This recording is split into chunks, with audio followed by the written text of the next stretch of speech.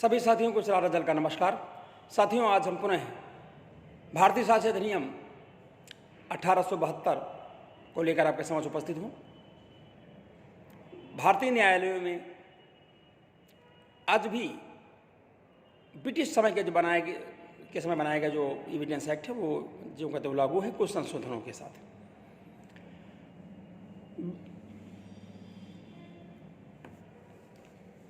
भारतीय साक्ष्य अधिनियम 1872 में धारा 1 से 4 तक हम आपसे जिक्र कर चुके हैं। आज हम भारतीय साक्ष्य अधिनियम की धारा 5, 6, 7 के बारे में आपसे बातचीत कर रहे हैं। भारतीय साक्ष्य अधिनियम की धारा 5 क्या कहती है? भारतीय साक्ष्य अधिनियम की धारा 5 कहती है कि विवादक तथ्यों और सुसंगत तथ्यों का साक्ष्य दिया जा सकेगा। विवादक तथ्यों यानी फैक्ट इन इश्यू और उससे संबंधित जो सुसंगत तथ्य हैं, रिलेवेंट फैक्ट्स हैं, उनका जो सुसंगति है उनके साथ उनका साक्ष्य दिया जा सकेगा। अब साथियों आते हैं कि क्या है फैक्ट इन इश्यू और क्या है सुसंगत साक्ष्य।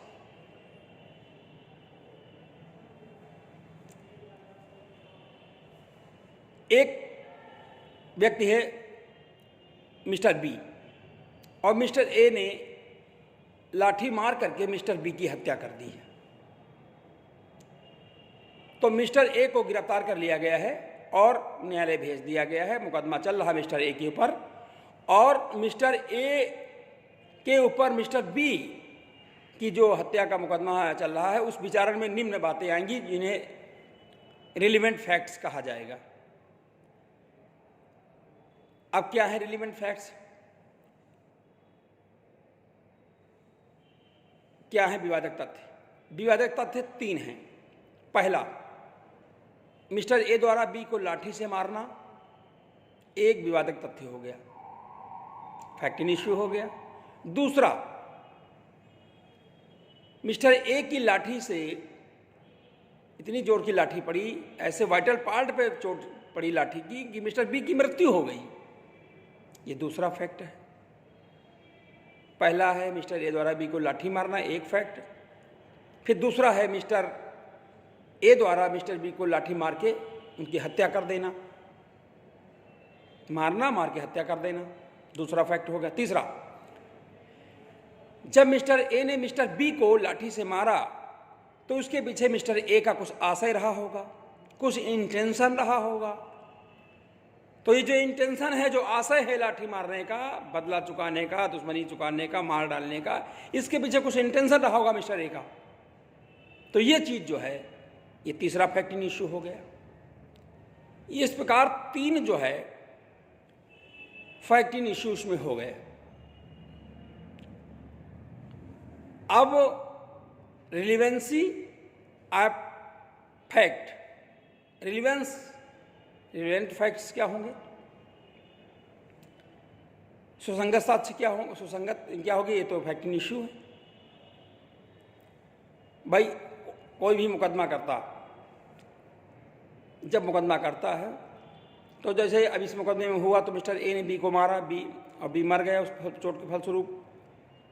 तो इससे रिलेवेंट फैक्ट्स जो साक्ष्य हैं कि मिस्टर ए का बी से क्या शत्रुता थी, मिस्टर बी ने ऐसा ए के साथ क्या किया था, ए और बी के परिवारों में क्या दुश्मनियां थी, क्या शत्रुताएं थीं, पूर्व में क्या शत्रुताएं थीं। तो ये सारे जो रिलेवेंट फैक्ट्स हैं, इन सारे का साक्ष्य जो है एविडेंस एक्ट की धारा 5 में दिया जा सकेगा। यानी जो फैक्ट इन इश्यू हैं और जो रिलेवेंट फैक्ट्स हैं उनका जो है साक्ष्य दिया जा सकेगा। अब साक्ष्य की ग्राह्यता कब होगी? एडमिसिबिलिटी ऑफ एविडेंस कब होगी? ये सेटल्ड लॉ है साथियों। जहां कोई भी प्ली नहीं लिया गया है साथियों, वहां पर कोई विवाद नहीं है, वहां उसके संबंध में कोई भी साक्ष्य ग्राह्य नहीं होगा। ये है एडमिसिबिलिटी ऑफ एविडेंस।